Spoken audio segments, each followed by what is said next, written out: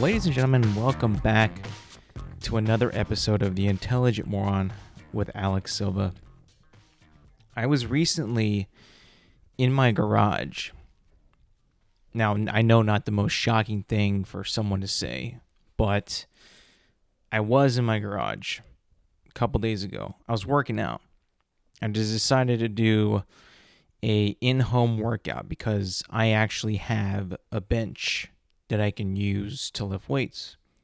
Now, it's not a very well-built bench. It's an older bench, but, it does serve its purpose in actually providing me with the equipment to lift weights. I have a bench. I got some dumbbells, a bar, weights, a good amount of weights, so I could stay fit if I don't have time to go to the gym or don't end up going to the gym, whatever the reason may be. But I have a bench.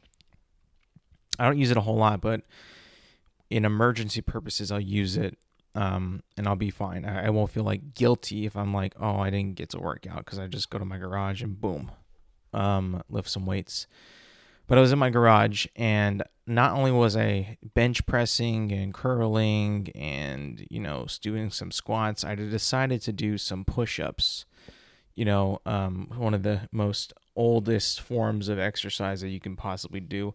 It's probably like one of the older forms of exercising known to mankind has got to be a push-up. I mean, it's very simple. Anybody can do it. You don't need any equipment. You can just do a push-up. So I was doing a push-up, and I was doing them. Man, I didn't get hurt and get injured or whatever, but I think like a day later, I was just on Instagram. I was scrolling through the Explore page because, why not? And I come across a post on Instagram. It's like an informative post on working out because apparently my phone knows that I work out, even though I don't really tell it that I work out. I just kind of go to the gym, and then I guess it would just, by GPS knows that I work out at a gym and that I could use some workout informational posts on my Explore page. So, I tap on the post, and it's about push-ups. And apparently this post I didn't save it. I probably should have, but I did not, but it was informative, and it was basically saying that to change the form of your push-up, not necessarily the positioning of your hands on the ground, corresponding to your shoulder width or, whatever, but it was essentially changing your mentality and your approach to doing a push-up. It pretty much said, like, don't think of it as you pushing yourself up, but think of you trying to push your hands through the ground. First, I was like, that's kind of weird because it was a day after I did push-ups. And I mean, I don't remember like recording, a push-up workout on my watch or on my phone or looking anything up that, involving push-ups. So that right alone directly tells me that my phone is probably recording, what I do. And I mean, it just, because I had my phone like right on the ground in front of me, not like recording me, but just kind of there because I didn't want it in my pocket. And I was doing push-ups, and I guess it, the lens, it was like it woke up, or the algorithm woke up in my phone and started recording me to give me suggestions on what kind of content I should be consuming on social media. So immediately I'm getting, a post of how I should do a push-up, which has got to be some of the most freaky, algorithm things that's ever happened to me in my life. I've never had, first, it was like you would say a keyword, keystrokes, searching, whatever, and it would, pop up in your feed. But now I don't even have to say a damn thing. I could probably just be in my phone's like barely sight of my phone, and it will like know what I'm doing. Like either it's recording you at all times, which, is just freaky, or it's just at the right moment at the right time. And it knows exactly what I could be doing. That way it could feed me some posts of like, hey, you might like this, or maybe try that. It immediately freaked me out though. I was like, I didn't say anything to my phone about push-ups or working out. It just knew that I was doing that, and it's been feeding me posts on that. So I look at this post, push through the ground rather than pushing yourself up. And I'm like, why would it even be called a push-up then? Like, it'd be called a push through. That'd make more sense, and that would be like, I don't know. So I try the method of pushing my hands through the ground where I'm doing the push-up. And I'll tell you this, it actually activates your pectoral muscles more than you would normally do a regular push-up. It's kind of weird to think about, and it's weird to adjust your brain to thinking to yourself, like, I'm trying to push my hands through the ground. That's not possible, but I'm going to try to do it anyway.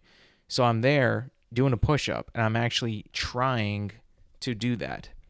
I don't succeed, obviously, but I did feel my pectoral muscles work out a little bit harder than they normally would doing a regular push-up with a push-up mentality. It's kind of weird to think about it, but it instinctually triggers your brain to fire the other muscles that you would use to push, like to envisioning yourself on pushing your hands through the ground. Isn't that weird? I always just assumed like it was like automatically doing it. But no, I had to like think and use my brain to actually, fire upon that muscle. I don't know. It was weird. I mean, I don't think I'm like not doing it properly. I never had that mentality. And once I had that mentality of like, no, push my hands through the ground, I was able to activate those muscles that I guess I wasn't activating as well as I was with this different mentality. Which is kind of weird because you just kind of do push-ups like, you can either do them or you don't. There's no really too much to think about when it comes to that. I don't know. It was just kind of weird. I never thought that would be a thing that could, change the way you work out, which is, kind of weird, but hey, So I guess this post, whoever posted this, whether it be like a person or AI, must have done their research on how to do push-ups better, for you. Because like maybe 5 in, I was like feeling like, oh, I feel like I'm actually using my pecs more than like my shoulders or my triceps or other muscles that you also kind of feel when you work out on a push-up.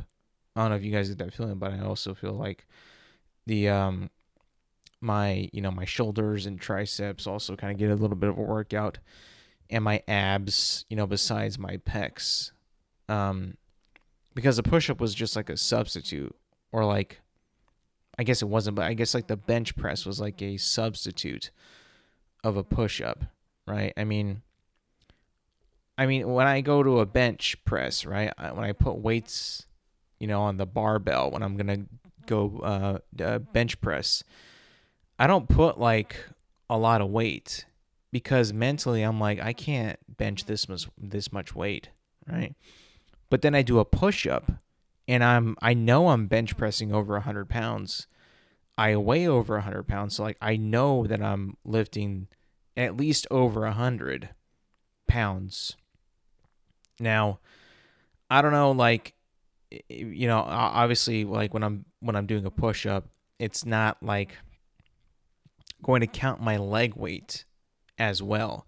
At least I wouldn't think so. I don't know if that's how science works or what. Like when I'm doing a push-up, all the weight that I'm pushing up is the weight of my, my head, my neck, my chest, torso, upper body, right? Like there's no way that I'm pushing up the weight of my legs. Like that doesn't seem to make any sense whatsoever. I'm no mathematician, I'm no physicist, so I don't know if that's actually how it works, or if what I'm saying is correct, but there's no way that I mean, I weigh, like I said, I weigh over 100 pounds. So like it's not like I'm, at the gym and I put like 25s on both sides, which is 50. The bar is 45. So I'm only like doing like, it's 50 plus 40, 95 pounds. Like, and that feels heavy to me. Whereas a push up doesn't really feel heavy to me at all.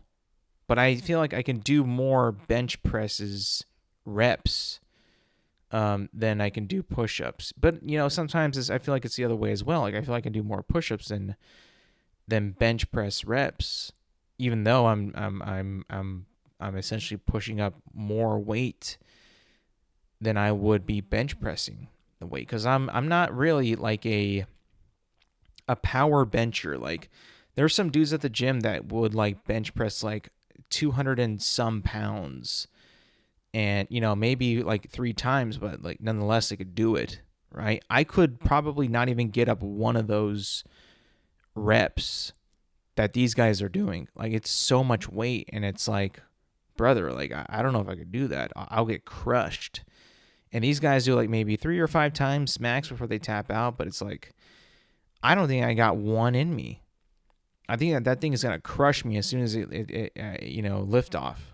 Like I would need a spotter to help me out, at least get it off the the guards or whatever they call it, and then actually give myself a chance. But I feel like I also might need some help just to bring it up. Like, there's just no way. I don't understand like how dudes that could do that, they could bench press so much weight.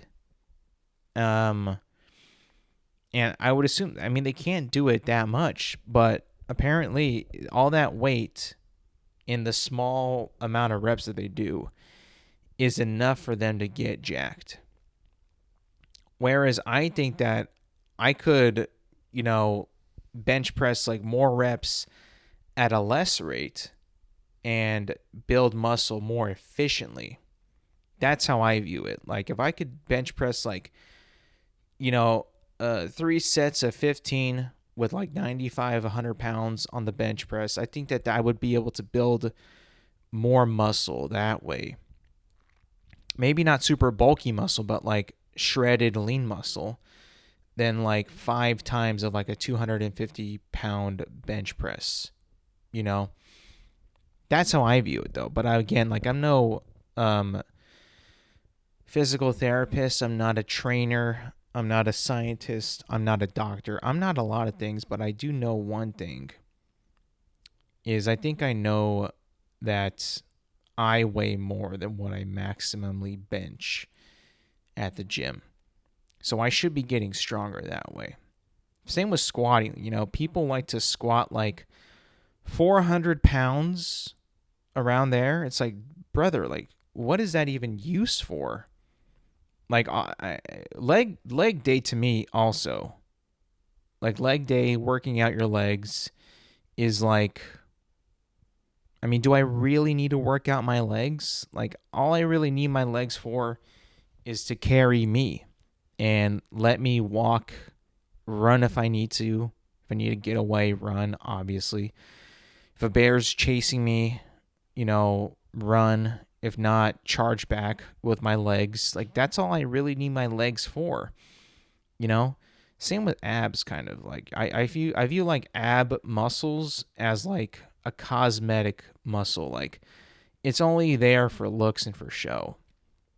Like, you don't really need abs to live life, right? You don't really need abs to do your job, unless your job is doing sit-ups. But like, for the most part, in most people, you don't really need to do you don't really need abs, like ab muscles, to do anything that is like important in like day-to-day life. Again, if unless your job is sit-ups or crunches, then yeah, you'll need some abs for sure. But if not, then I don't really see a whole point in attaining / maintaining, polished, sculpted abs, right? Arms is a bit different.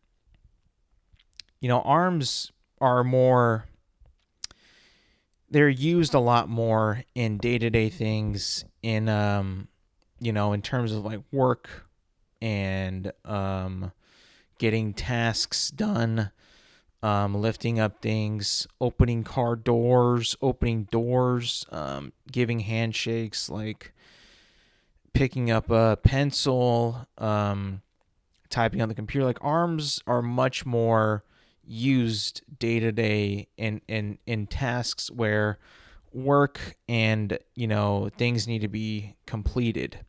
Arms, hands, whatever. Those extremities are used more throughout the day than your legs are. I mean, unless you're like a monkey where your feet are like hands, then I could give you, I could say, okay, legs and feet are as equal as to arms and hands. But I'm talking about human beings, right? We are not apes. We don't have hands for feet. Our work is done by our hands, and they are connected to our arms, meaning we got to have strong arms in order for our hands to operate and grip and move things at a efficient pace, strength, and speed in order to do our day-to-day jobs, whatever that may be. It may be writing emails, typing up accountant information, lifting boxes, hoisting up steel beams, right, with your arms. There's not much that we can do when it comes to the workday where your legs are like used as more than just a transportation mechanism. Got to get from point A to point B. You got a handstand. Like, no, that's not how it works. We use our feet for that, right? I don't know. It's just like there's a lot of things that, kind of I think about day to day when it comes to being healthier and, what is more important, your arms or your legs? In order for you to get your job done, whatever it is, right? You can make the cases like both your arms and your legs are as, equal as in terms of importance, right? But I also believe that your legs don't need to be worked out as hard as your arms do. I'll be honest. I'm also like a big pant guy. Like I wear pants the majority of the year, so I don't really need to be, showing that much leg. I'll be honest. I mean, it's not like I have legs that I'm also, going to show off. I understand that my legs are not the greatest legs of all time. I'll be honest. So I have no problem with hiding my legs. I have no problem with wearing pants. I feel like pants are a bit more nicer, a bit more formal, a bit more mature when it comes to, just life in general. I don't need to wear pants all that much, or shorts all that much, actually, because I'm an adult and I'm mainly inside anyway. I work inside. I don't work outside. Maybe if I worked outside a lot, I would wear shorts, but also like I'm afraid of getting sunburned. So even when I'm working outside, like if I'm doing my yard, doing yard work, I won't wear shorts. I'll wear pants. Number one, sun. That could easily cook my skin. Pain, which I'm not very good with. Also bugs, grass, dirt, rocks, grime. That could all get on my legs. I don't want that. I mean, I went camping last summer, in Yosemite, and during the days, it was very, very warm, very hot. I was thinking to myself, like, I could, shorts would be nice, much cooler, but I wouldn't get as much protection from one, dirt, dust, scrapes, bruises, cuts, mosquitoes, bugs, all that stuff. Like, pants is just so much more, protective. And if I'm going to be outside like that for that long, I'm going to go for protection over comfortability. That's at least how I view it. I don't really see how, the other way, comfort in like a very elemental environment is the option to go than safety. That's just how I see it.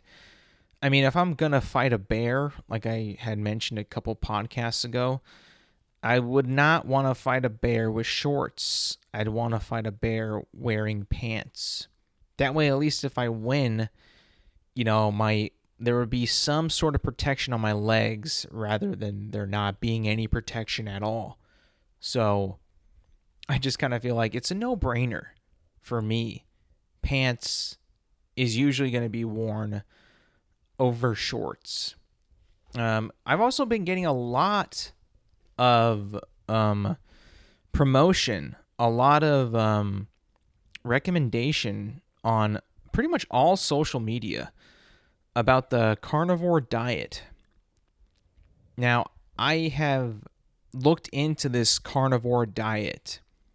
If you guys don't know what it is, it's in the title.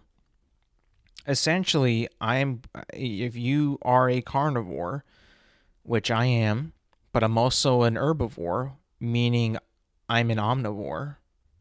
So omni/vor, that's my pronouns. So I eat meat and I eat vegetables.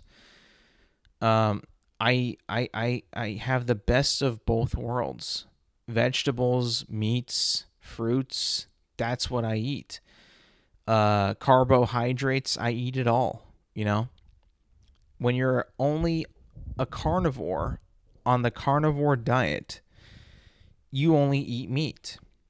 And while that, to me, usually looks really good, like, I'm not going to turn down a steak, right?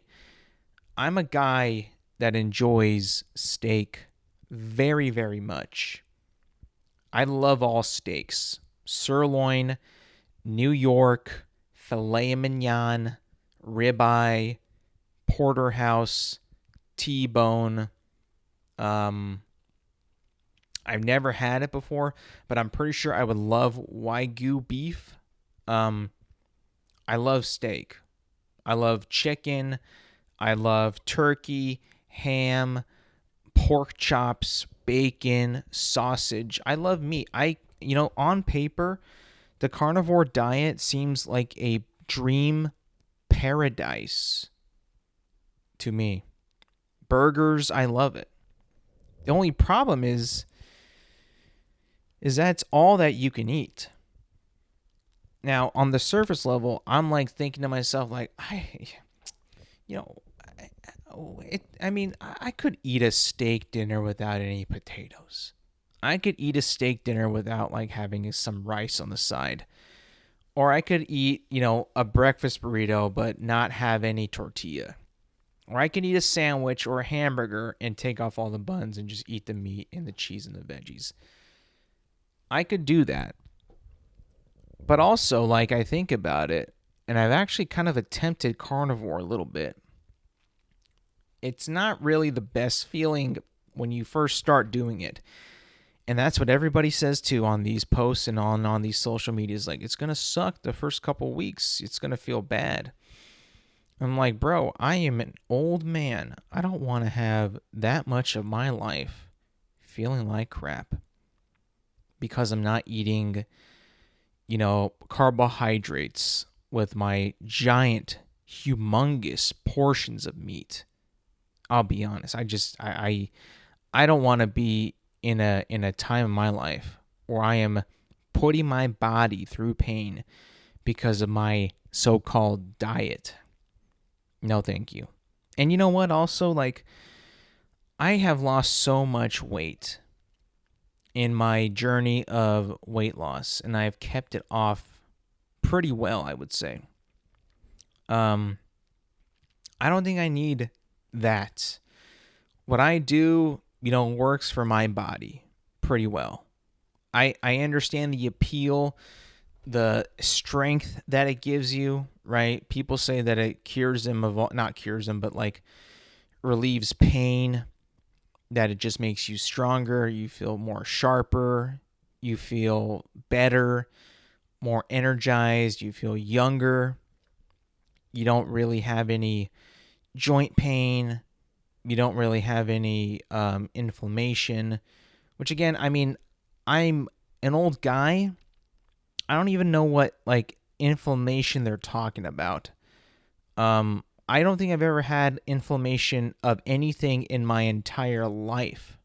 So I don't really necessarily know what they mean by preventing inflammation.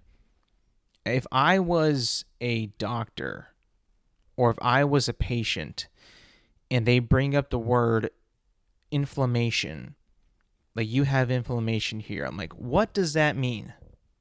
What exactly is inflammation? When I think of inflammation, I think of like you have a rash, right? And it's like a little baby rash, like on your, let's just say on your arm, whatever. And it's an itchy one. And you have been doing pretty good throughout the day of not touching that rash, not scratching that rash. You know you want to, right? The ointment that you have is good. It's cooling. It's soothing. It makes you not want to itch it at all, right? And then you forget, you forget it. You forget to put it on. You forget to apply it or something. And then you're like, oh, I really shouldn't itch or scratch my itch, but I'm going to because it needs to be scratched. You begin to scratch it. And then it feels good to yourself. You're satisfying an itch. There's nothing quite better than satisfying an itch. It's got to be probably be like one of the top 10 feelings of all time is satisfying an itch that you need satisfied at that moment, at that time. Like there is no plan B. There is no other option. This itch must be satisfied right now. There's really not a feeling like it. Maybe taking a gigantic drink of ice cold water when you are like absolutely parched, that might rival it.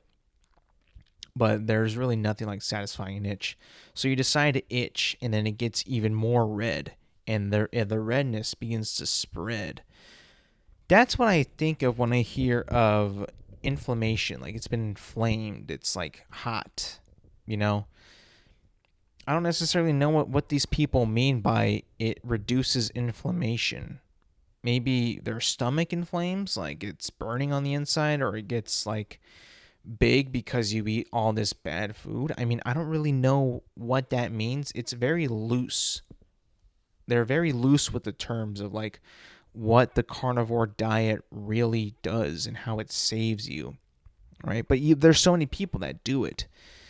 So you would think that, it's got to be legit. It's got to work. I mean, there's no way that all these people that are so famous and have so many endorsements and have so many people that follow them that they would do something that actually didn't work and told people that it did. That could never happen, right? I would think so. I would be like, there's no way that is what happens. Can't be. Absolutely cannot be like that. But hey, I've never tried carnivore fully. The only time I did is when I had a ton of meat to eat. I was making meatloaf, and I had some spare ground beef. It was a huge hamburger patty of it, and I decided to fry it up. Not fry it up, but like cook it on the grill and eat it. And it was delicious. But that leftover hamburger patty was from meatloaf that I had made. And then I had a piece of meatloaf after I consumed like a pound of beef. And let me tell you, man, meat sweats are real. Like, I don't know what it is, what causes it, but like when you consume so much meat in a short span of time, your body will begin to feel something that you consumed that it probably should not have had that much of.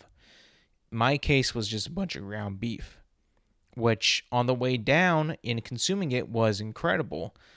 I love meat, but at the same time, my body was not prepared for the assault of how much ground beef I had consumed that day in such a short period of time. It might have been like a half an hour. I eat pretty quick. I don't really mess around when it comes to eating food.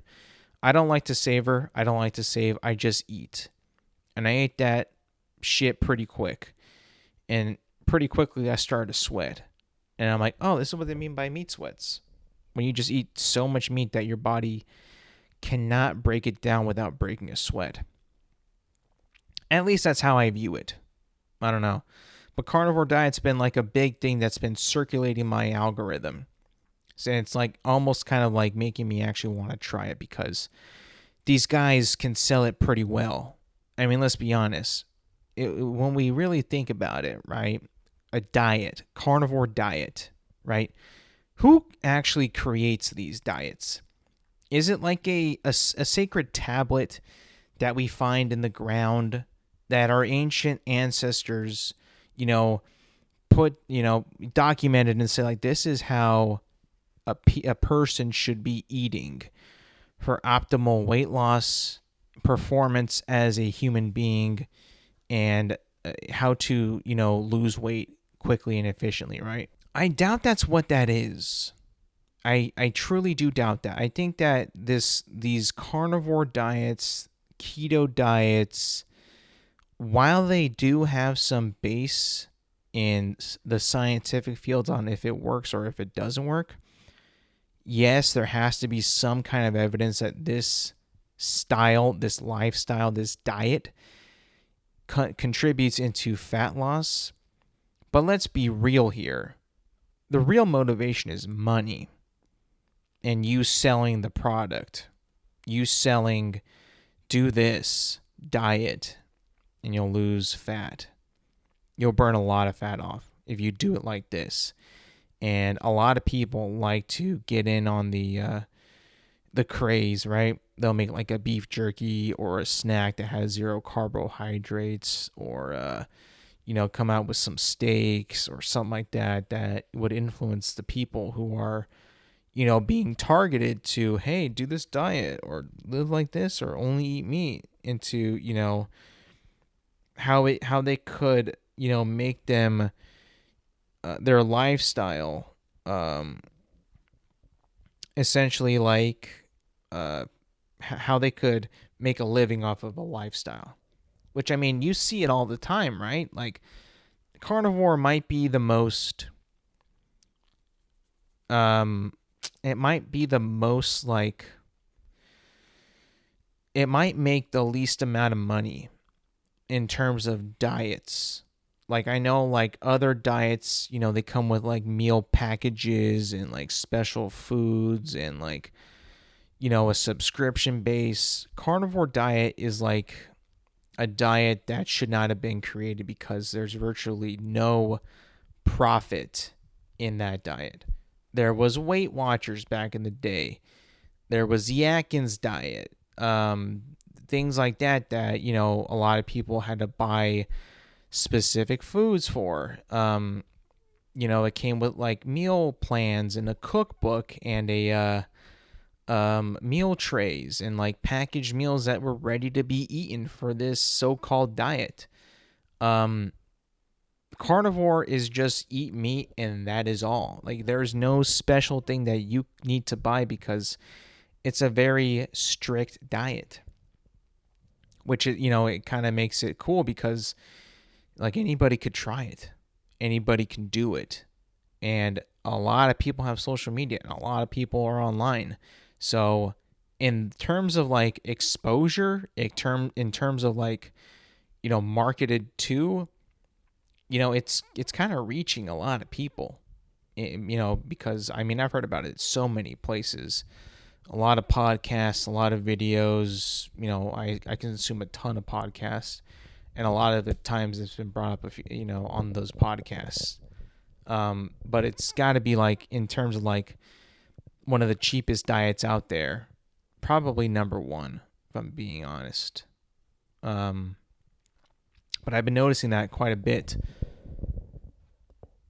on my social media. It's kind of taken over, which I'm not angry about.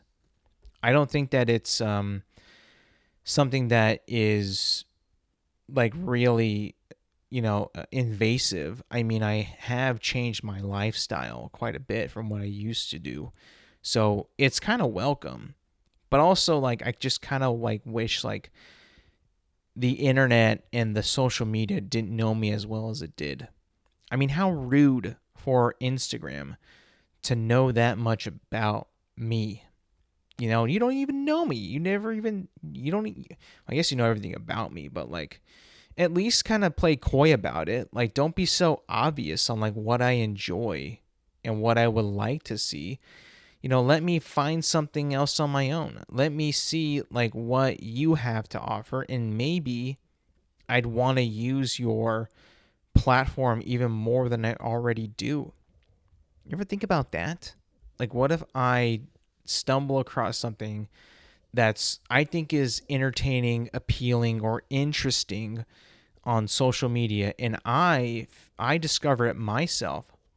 I follow the person, the organization, the company, whatever it may be, and I make that choice of like, oh, I like this. I think that this is cool. I discovered this. That's like pretty much gone. It has been ripped apart. The little and the smallest bit of satisfaction that you could have by finding something that no one else really knows of and discovering something that you think is cool and you want to show your friends and your family, that's all gone because it's all just algorithms of what they think that you like. And that way you don't really expand your horizon. You're just kind of in your own bubble. You don't really grow as a human being. You're just stuck on what you like and what you like only, which is cool to the extent, but like in terms of discovering new things and hobbies and interests, like it just doesn't let you do that. It only wants you to consume what you like and lots of it. Isn't that kind of strange? Kind of weird when you think about it. When you talk to yourself a lot like I do, your brain wanders. Your brain does not know like what is real and what is not, right? A lot of scenarios out there, a lot of things that, people bring up day to day that kind of can pique your interest. Some could definitely not interest you whatsoever. A lot of times it happens to me with modern day music. A lot of modern day music to me is not something that I typically vibe with. And modern day music, I would say like the most like common genres today are like hip hop and country. Both very, very, very strong in modern day interests, very popular as well on pretty much all fronts of life. Like a lot of people like hip hop, a lot of people like country, and a lot of people like them both. Which I actually found that kind of hard to believe when I was growing up. You were either hip hop / rap or country. There was like barely any middle ground when it came to music interests back then. That's just how it was though. I mean, I don't really know how to explain it, but that's how the classes were divided. Not like the classes like, freshman, sophomore, junior, senior, but like just how, the different classes of people in school were divided was the taste of their music. I guess culture too as well, but like, and who you hang out with. But it was usually those two. It was always hip hop and country that were pretty big when I was growing up. Rock was like barely there. Rock music was typically non-existent in my childhood, meaning I was like one of the few that actually listened to rock music. A lot of people that I grew up with did not. And it was like, damn, okay, interesting. I guess like I was just in the minority.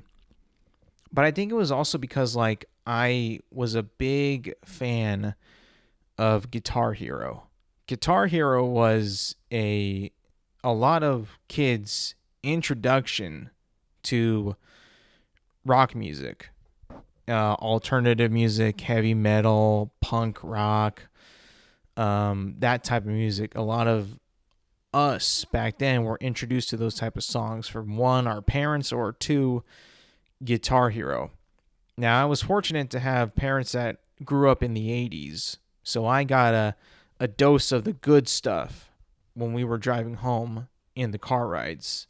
You know, my mom would have pop music and some funk, 70s funk. My dad would have the rock music with some pop and a lot of R&B and funk as well. So I got a heavy, a heavy dose of 80s music growing up. And a lot of that shaped of my interest in music and what I currently listen to today, as a 31-year-old man in the year of 2025. I listen to a lot of rock, a lot of old school 80s rock, some 70s rock, 90s, and of course I listen to 2000s as well. Like that's like my I mean like the Blink 182, Green Day, those boys, like those were my like childhood like groups growing up. And it's like still what I listen to today. And in fact, like actually, there's a couple songs that I just kind of stumbled across by Green Day that came out on their last album. I believe it's called Saviors. Yeah, Saviors, yeah. It's one of their newest albums, the newest one, I think. There's a couple songs that, honestly, the previous Green Day album that came out before this, to me, was a total, like, for the majority, like, not a very good album. I didn't think that they sounded like Green Day. They sounded like just kind of like trying to be other music, which I didn't really appreciate. It's the thing about, like, music, though. It's like, the good stuff, the classics, the hits are always good. The new stuff it can be good, but, like, there's no moment quite like when you throw in a classic and it just hits every single time, It's like always like having the good feeling. Like you don't want to have like the feeling of like, is this good? Is this not? Let's give it a shot. When I know that this song is always good, like Sweet Child of Mine by Guns N' Roses is always good. It's never bad. Don't Stop Believing is never good, or never bad, sorry. It's always fantastic. Like, Don't Stop Believing is always incredible. Every single time. There's no, like, questioning it. There's no seeing if it might be good. There's no hesitation on should I listen to this.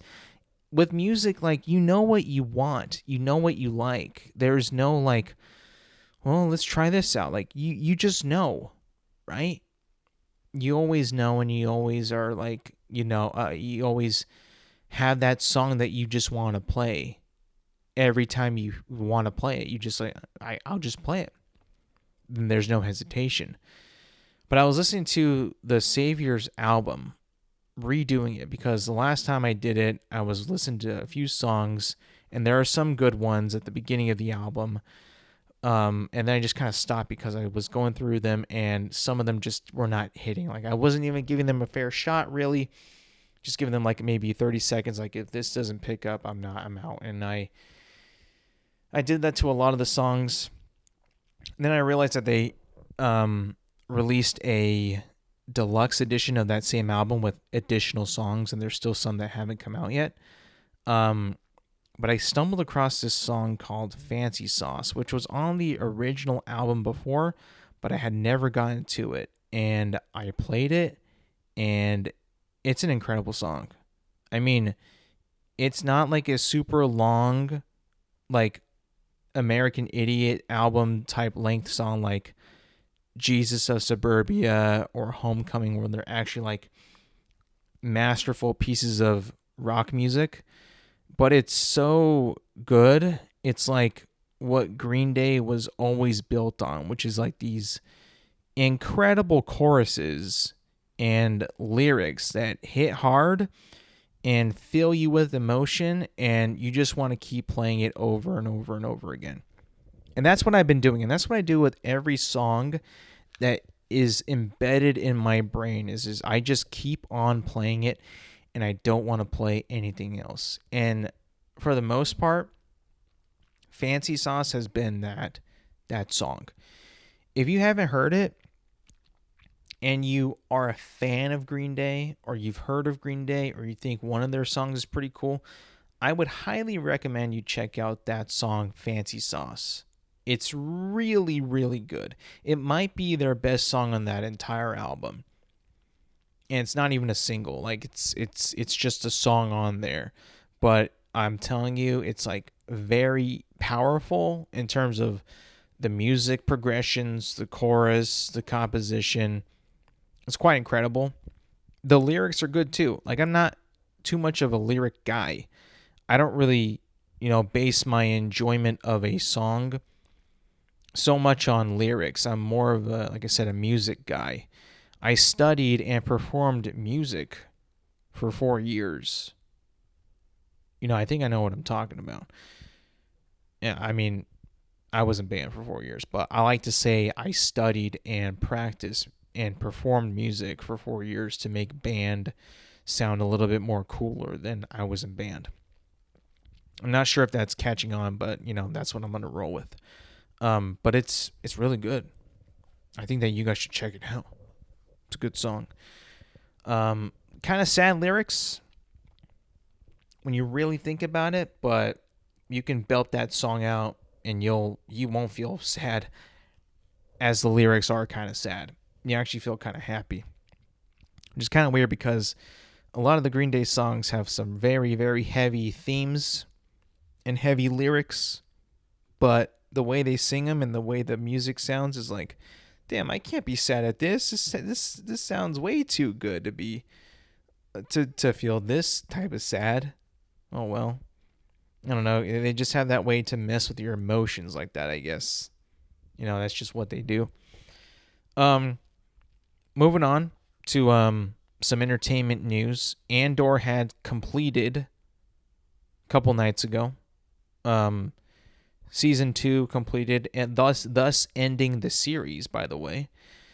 And I will say that Andor is the perfect example that if you are going to be creating a Star Wars project, in terms of planning, laying out what's got to happen, storylines that you're telling, beginnings, middles, and endings, it is the best that Star Wars has ever done in terms of like where we are starting and where we are going.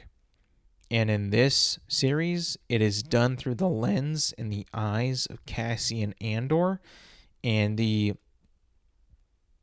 uprising of the rebellion in Star Wars.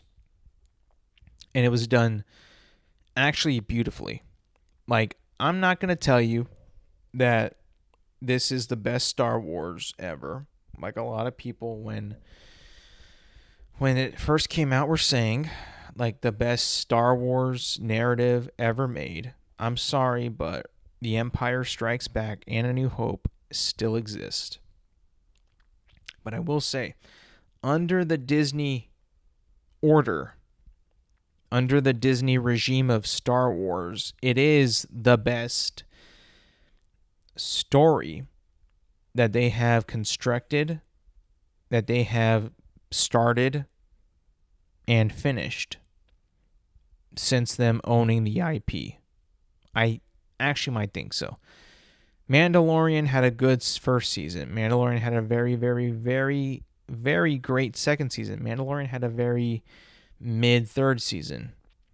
So, I mean, in terms of like starting and finishing, like Andor to me is the best one because it knew what it was. It knew what it had to do. It knew the spots that it had to hit. It knew the stories it wanted to tell, who to introduce, who to bring back, who deserved to bring back. I mean, the show really did execute on all levels of plan and storyboarding and getting from point A to point B. This is the absolutely perfect show to watch before Rogue One and before A New Hope. The characters that we meet, the characters that they bring back. I mean, this is going to be a tad spoilery, but also not really because it's in the poster and it's in the trailers. But K2SO coming back in this show, I never knew how much I'd miss that character. And in this show, he was just a breath of fresh air. I mean, it's a dark show. It's a dark and serious tone show. And he doesn't come into like the last like 3 episodes of the show, but like it is much welcomed when he comes back into this show. It is great. Alan Tudyk still plays that character very well. I mean, it's also kind of unfortunate because the way the show ends, Rogue One is like about to begin. So they can't really make any more like stuff between Cassian Andor and K2SO in terms of like a live action show or movie. You know, it's kind of like said and done. Like there could probably be, you know, some adventures between, you know, the years that Andor takes place where K2SO exists, but I mean, that to me is kind of reaching for like stories that probably don't need to be told or spent money on to make. But yeah, tremendous show, really. You know, start to finish, the way you're introduced to this character in season 1, to how season 1 ends, to everything that happens in season 2. You know, the introduction of all these characters, and also some favorites like Mon Mothma, K2SO, Bail Organa, Director Krennic. And I'll be honest with you, I was kind of expecting in this final arc of episodes, these final 3 episodes, and I'm just going to say it, it's kind of a spoiler, I was expecting to see Emperor Palpatine, Darth Vader, Grand Moff Tarkin. You know, like I said, Director Krennic was in it. He was like the big bad guy in Rogue One, played by Ben Mendelsohn. I was expecting those boys, Vader, Tarkin, and Palpatine. Didn't get that. Didn't get any of them. You know, not mentioned once. Vader not mentioned, Palpatine mentioned, Tarkin mentioned. Didn't see them on the screen though. And you know what? Part of me was disappointed, but part of me was also like, this is such a contained story about Cassian Andor and the people that he was working with and their struggles. Like, they did not need to be in this show. It would have been a disservice to this show and this show's story for them to be in it. It would be cool. It'd be very cool. Don't get me wrong. It would be sick. But in the terms of what this show was and what it was about and who was in it and what it was focusing on and the story that it was telling, they did not need to be in it. I'll just be completely honest. They did not need to be in it. But overall, though, incredible show, incredible ride, incredible Star Wars moments, some jaw-dropping moments when you're like, whoa, that was in this, or whoa, they went that far, they went that crazy. There's a lot of crazy moments in this show, I will say. A lot of them. But nonetheless, a show that probably no one really wanted, no one really thought of, but we got a really good show with this one. We did not deserve how good Andor was. And believe me, it was tremendous. So I'm going to give Andor a 9.3 out of 10 only because the first 3 episodes were probably the weakest part, the slowest, the like least interesting. But after that, I mean, it just really escalates into like what you really are, what you really care about and what this show has to offer. Last thing I'll talk about before I get out of here is yesterday, the trailer for Superman debuted. The official trailer for James Gunn's Superman debuted. Less than 2 months away from the film's release. My anticipation, my hype for this movie was at an all-time high. Before this, we had a teaser trailer in December. We had a sneak peek on, I don't know what day, maybe Superman Day, which was April 18th. A week or two after that, we got like a behind the scenes featurette. And just yesterday, we got the official trailer. And this trailer made a grown man cry. Yep, made my eyes swell up, perspirate, sweating, dripping, drooping, whatever you want to call it, flat out bawling. I have not felt that type of emotion in a movie trailer in a very long time. I don't think I've ever felt that type of emotion in any movie trailer ever. I felt like some passion, I felt some pride, I felt some happiness and joy, but the emotion that I had felt in that Superman official trailer, man, it doesn't even compare to any. I mean, like that. The importance of the character of Superman to me is monumental. It is a character that I think that is, one, the greatest superhero of all time, the best superhero of all time, the most important superhero of all time, and probably the one that we as a society need to embody more of the most out of any superhero ever.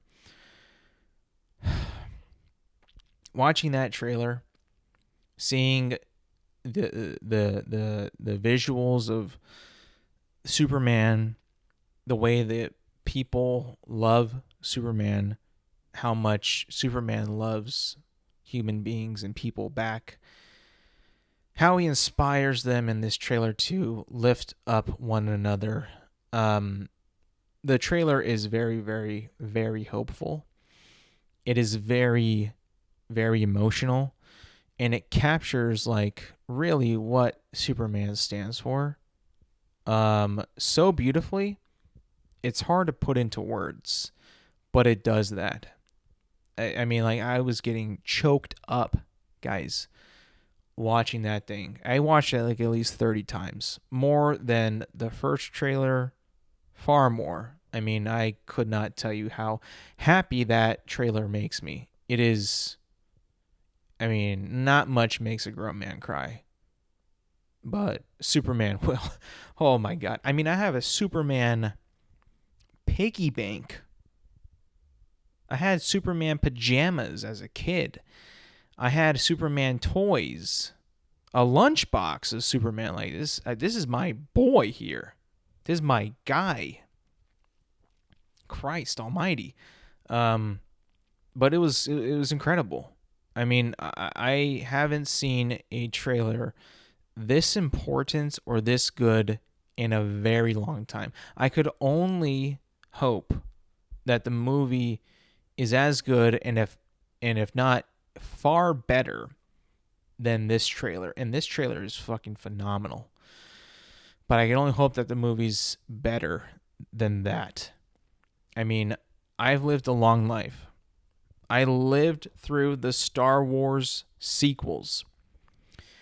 I remember that Force Awakens trailer. That was incredible as well.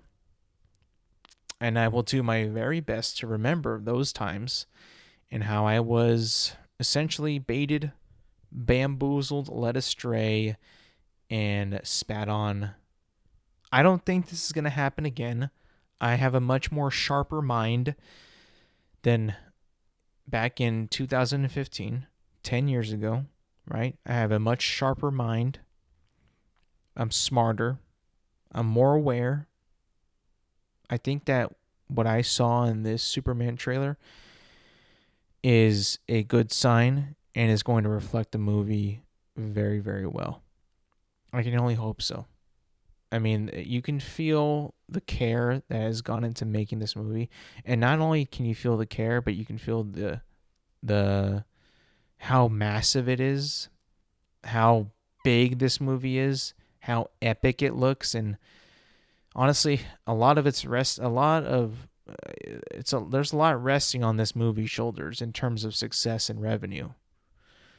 I really hope it's fantastic. I really do, because I think that once the marketing can only do so much, but the word of mouth when this movie comes out needs to be strong. Really needs to be very, very strong. And I think it will be. If it's as strong as this trailer is, man, it's got a good shot at being very, very, very profitable. All right, that's going to be it for me today, people. Thank you for listening. Thank you for watching. Remember, you can find this podcast on Apple Podcasts, Spotify, and YouTube at Intelligent Moron with Alex Silva. New episodes drop every Thursday morning. Make sure to like, subscribe, rate, review, and do all that good stuff. And yes, thank you for listening. Thank you for watching. And I will see you guys next week.